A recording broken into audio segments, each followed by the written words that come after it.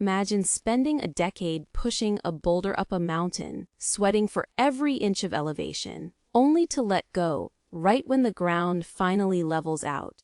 You don't let go because your muscles gave out. You don't let go because the terrain got too steep.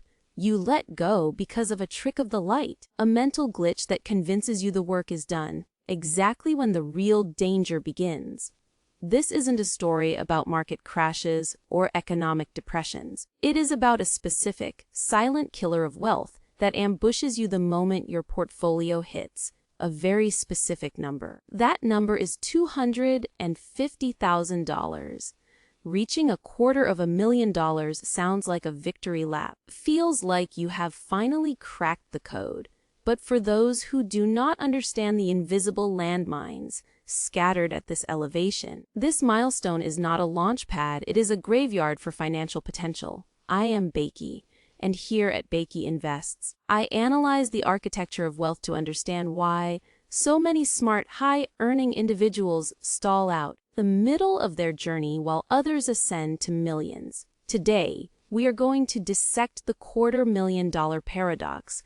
I promise you, understanding this dynamic is the single most important factor in whether you retire wealthy or just retire tired. We are conditioned to view money through the lens of simple arithmetic. If you stack one brick, you have one brick.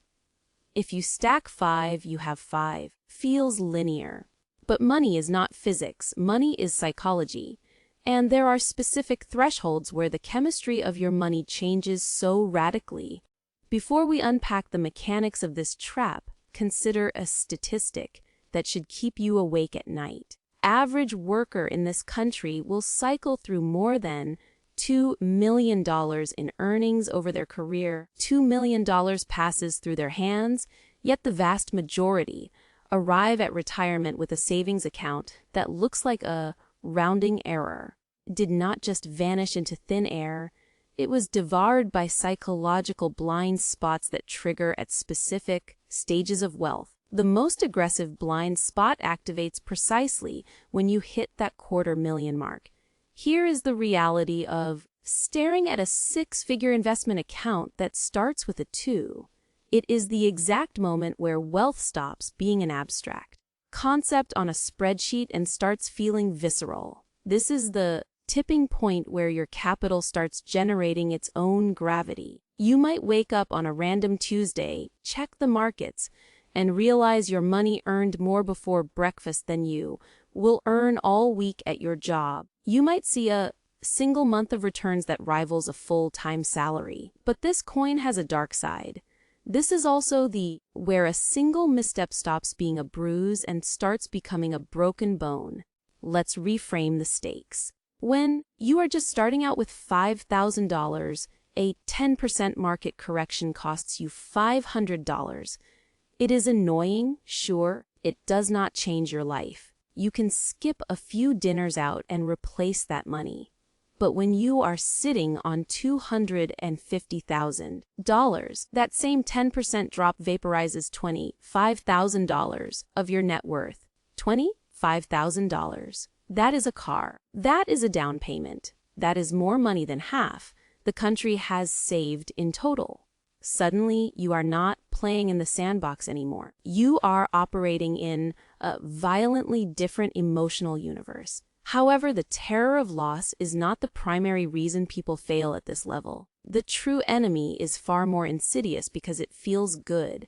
It is a phenomenon I describe as the mirage of completion. See your account surge by $5,000 in a single trading session, and your brain releases a flood of dopamine. Wiring in your mind starts to short circuit. You begin to believe you have crossed the finish line. You feel rich, and that intoxication is the precise moment your financial future enters critical condition.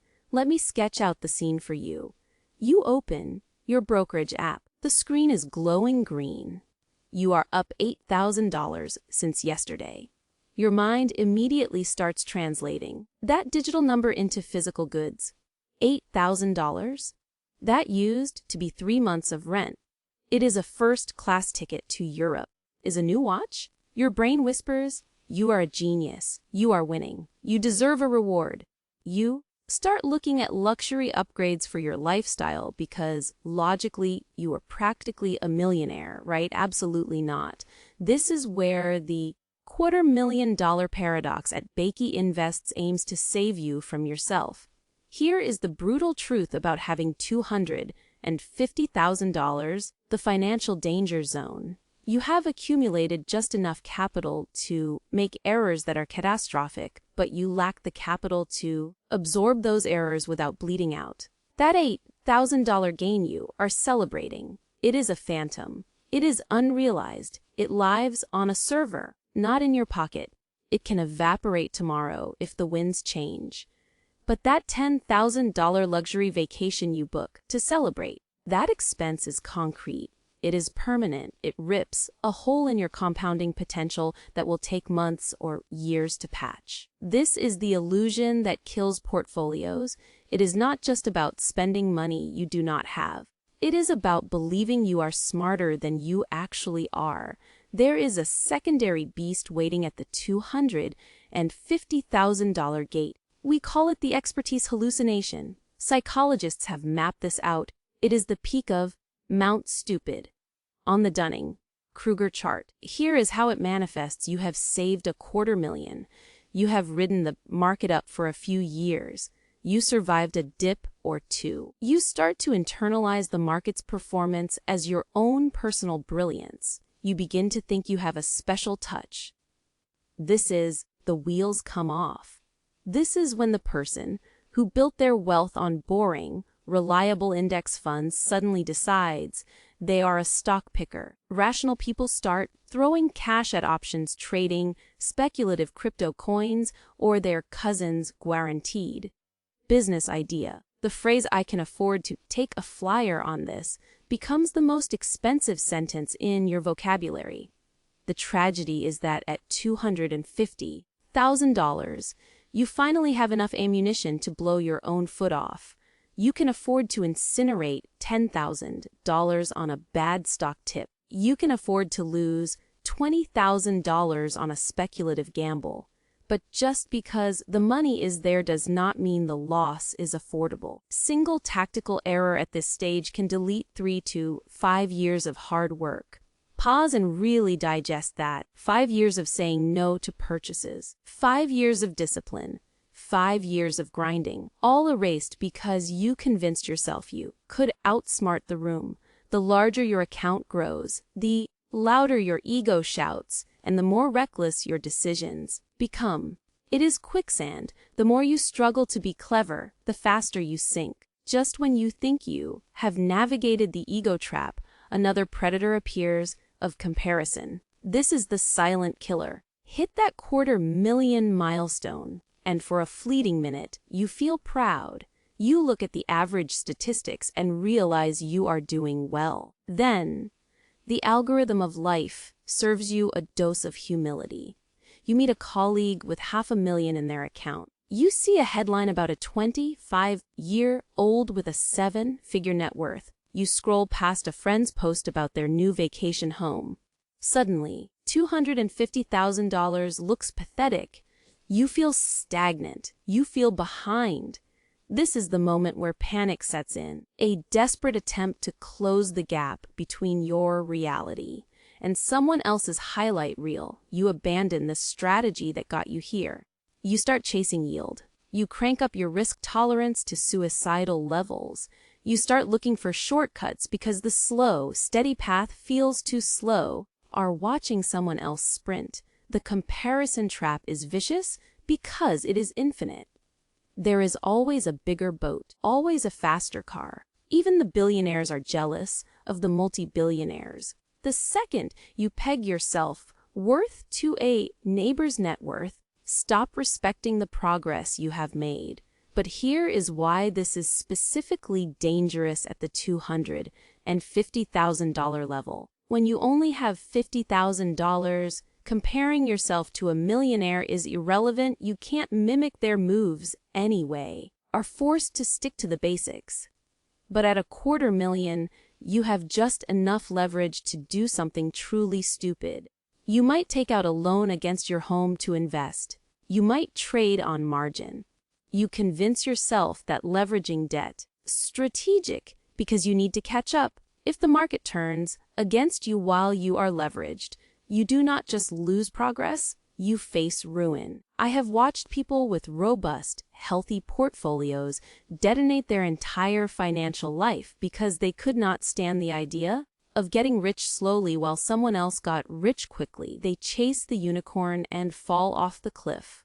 So, we have established that $250,000 is the most hazardous terrain you will ever cross. You have enough money to hurt yourself, enough to be bulletproof. So, what is the antidote? What is the secret maneuver that gets you through the minefield? The one thing nobody wants to hear. It is the one strategy that sells 0 books and gets 0 applause at parties. The secret is aggressive boredom. The industry wants you to believe that as your wealth grows, your complexity should grow. They want you to believe you need to graduate to complex derivatives, private equity, or esoteric hedge funds. They want you to pay a manager 1% a year to make you feel sophisticated. That is a lie. The people who win at this game are the ones who can look at $250,000, do absolutely nothing different than they did when they had 0. They keep buying the boring funds. They keep driving the 10-year-old sedan, living in the same zip code. But staying the course is agonizingly difficult. When your net worth swings by the equivalent of a used car every week, your brain screams at you to do something. It screams that you are leaving money on the table. It points at the meme stocks going to the moon and mocks your steady 8% returns. This is where character outranks intellect. This is where to sit on your hands becomes a superpower. Because if you can embrace the boredom, the mathematics of the situation shift in your favor in a way that feels like magic. Let's look at the velocity of money. If you have $250,000 compounding at a standard 8%, your money is printing $20,000 a year. That is a part-time employee working for you 2047 for free. And the best part, that employee gets a raise every single year. Next year, you earn returns on $270,000. The year after, nearly $300,000. The snowball effect kicks in with a force that is hard to comprehend until you see it. The math tells us that going from $250,000 to $500,000 takes roughly half the time it took to get from 0, first $250,000. Let that sink in. The second lap is twice as fast. The third lap is even faster. This is why I call $250,000 the event horizon. If you can survive the psychological traps, the gravity of your wealth becomes inescapable. Your money gains a momentum that is nearly impossible to stop, provided you do not sabotage the engine. But there is one shift that happens at this level, a positive one. If you use it correctly, it is not about the numbers, it is about autonomy. When you possess $250,000 in liquid investments, you unlock a new tier of existence. You are not rich enough to never work again, but you are rich enough to stop working out of fear. You gain the power of no. Most people live terrified of their boss because missing 2 paychecks means collapse. At this level, you can weather the storm. You can take a risk on a new career path that pays less now but offers massive upside later. You negotiate your salary with the confidence of someone who has a fully loaded weapon in their back pocket. You can move across the country for a dream opportunity without sweating the moving costs.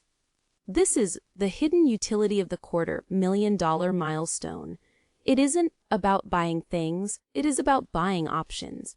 It creates a safety net that allows you to take calculated professional risks, and often those risks joining a startup, starting a business, pivoting industries are what actually skyrocket your income far more than your investment returns ever could. We spend years training ourselves to delay gratification, to save, to scrimp. We build a muscle of discipline. But when we hit this milestone, weights get heavier. It is like learning to drive a Honda Civic and suddenly finding yourself behind the wheel of a Formula One car. The track but the speed is lethal. Many people crash.